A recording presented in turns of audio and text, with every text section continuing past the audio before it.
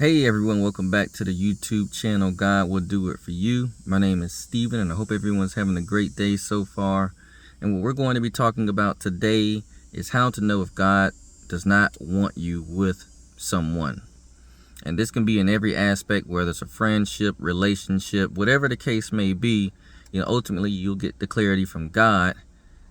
But we have to know, so that way we're not wasting time and we are an intentional steward of exactly the time that God has given us.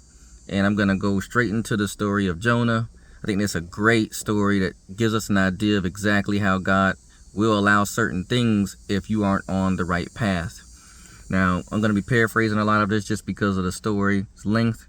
But, Jonah came into the word of the Lord and he was given an instruction to go to a particular city. But Jonah was trying to flee from the Lord. And so he chose to get on the boat with fishermen going to a city called Tarshish. Now, these gentlemen just allowed Jonah onto their ship without doing any research on him, without, looking into who he was or anything like that, because Jonah paid a fee.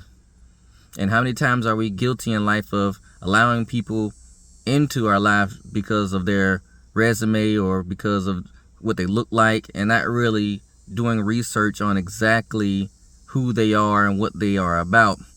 Now, the moment they got on to the sea and started heading towards Tarshish, the Lord sent a great wind, and now all of a sudden the sea becomes shaking so bad that the ship almost felt like it was about to come apart.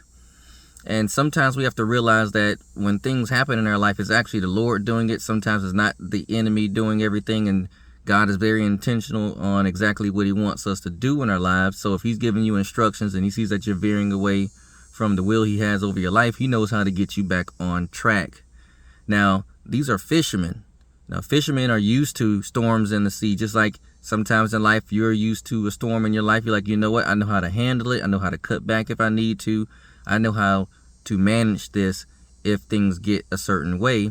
But in this particular case, this was a storm that was so severe that the fishermen could not understand why this was happening. So what they did was they cast a lot to see exactly who should and should not be on the ship. And guess what? When they cast a lot, it came out to show that Jonah was the one that the lot showed that, hey, he should not be on the ship. Then they asked the questions: what is your occupation? Where do you come from? What is your country? And what people are you? So now, after the storm has gotten so bad, now they're asking the questions that they should have asked before they allowed him on our ship. And sometimes we have to do the same thing in our lives. God will allow a storm to come in your life. He will allow peace to be broken.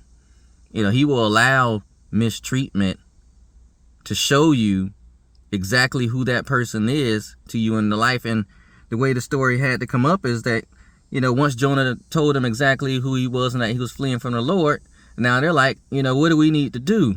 And so what they try to do is row back to the land, but the storm got even more intense. So when they chose not to get rid of him, the storm got even more intense because God was telling them basically, you are supposed to go to Tarshish. I want you all to stay your course. The issue is him. And so then when Jonah says, you're going to have to throw me off. So he could have jumped off, but he said, y'all are going to have to throw me off this ship in order for this evil to stop against you.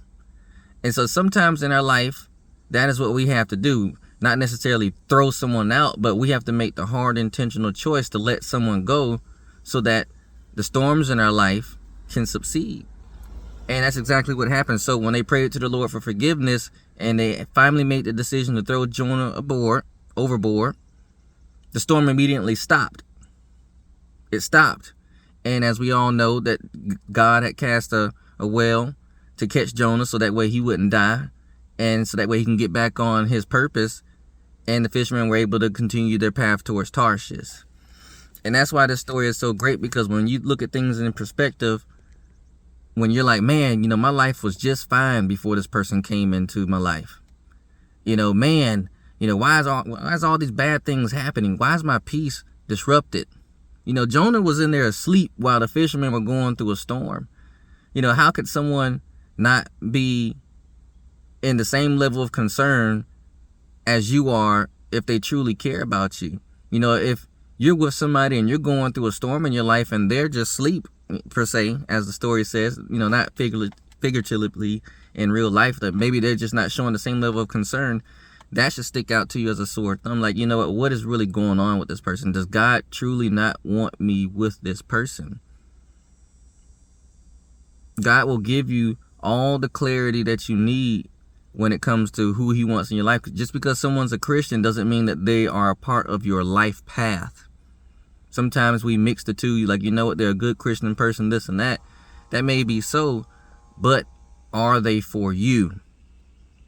Are they a part of your life path, or are you making them a part? Because at that point, God will allow life to happen, or he will cause a storm to get your attention to say, hey, if all this didn't happen until that person came into your life, what does that tell you?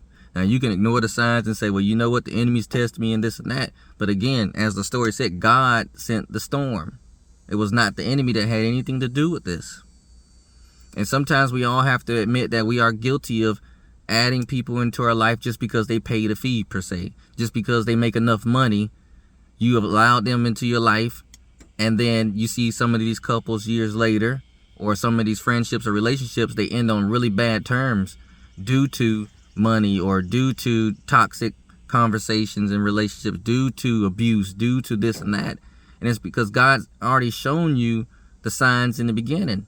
You know, when you allowed this person into your life, all of a sudden things started to derail, or now all of a sudden your purpose is, you know, you're not working towards your purpose anymore because you're trying to fix circumstances, or you're trying to help them more than you're trying to stay on track with your purpose.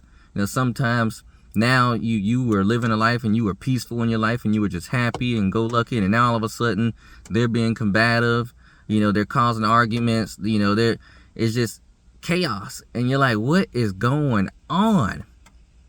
They're not cheating on me. You know, I can deal with some of this stuff, but it's just like the fishermen. They're used to storms, but they're like, why is it this intense?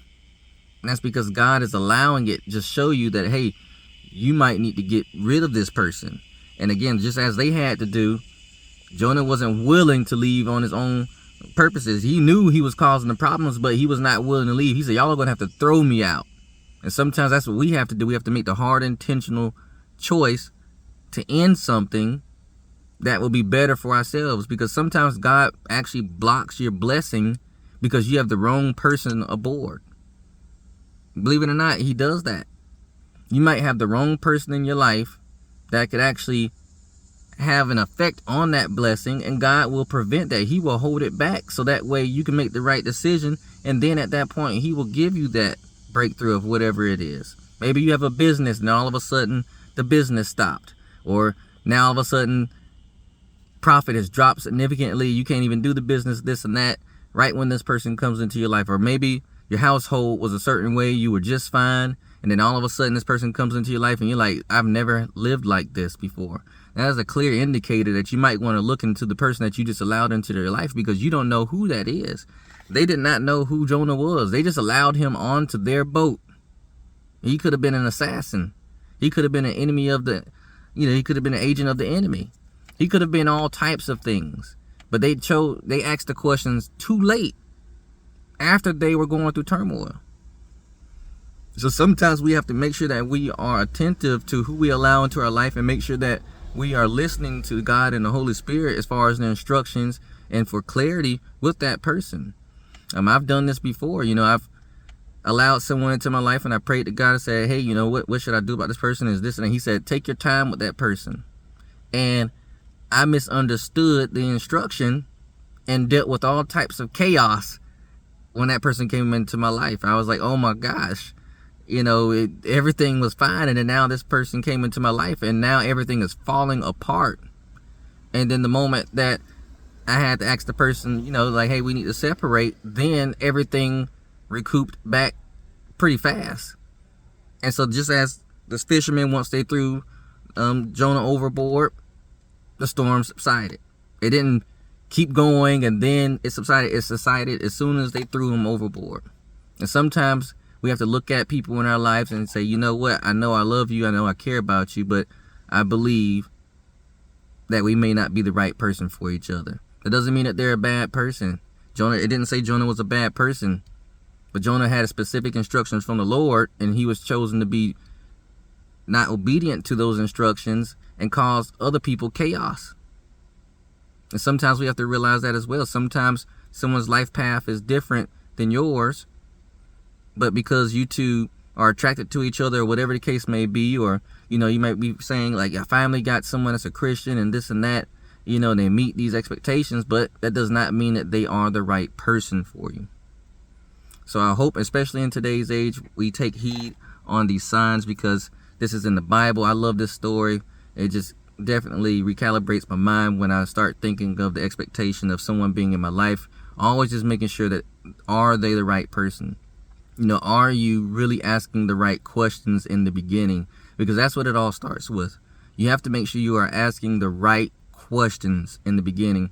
And wisdom and knowledge from your past relationships should help you with that clarity. It should. Making sure that you're not just accepting them because of their resume and just because of how much money they make, because that's just the surface aspect. You have to know the small details, the intricacies of that person, and then also look at the consistency. If you get that clarity from the Lord, trust me, you will know it will go a certain way. But if you're experiencing chaos the moment somebody gets into the picture, that's a clear sign from the Lord that he might not want you with that person. And I wouldn't try to ride that out for months and months and months, because it's going to get worse, worse, and worse over time, to the point where it might take a lot of time to recover from that, and we just don't have that time anymore, that luxury anymore, to want to even deal with things like that. I hope you wouldn't. So this is the end of this.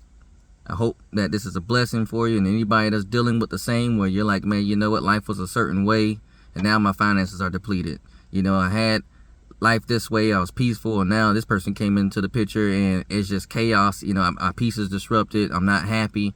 You know, you gotta let them go. Let them go. It's not worth it. It's not worth it. I know people don't want to be alone. I know the dating pool right now is what it is. I know it's hard to find true friendships, things like that, but trust me, you seek the kingdom first, God will add everything and everyone or anyone that he needs to add into your life, and he'll make sure that they are the right person for you. So I hope this has been a blessing. Hope you all have a great day. You feel led to like, share, subscribe, definitely do so. But until next time.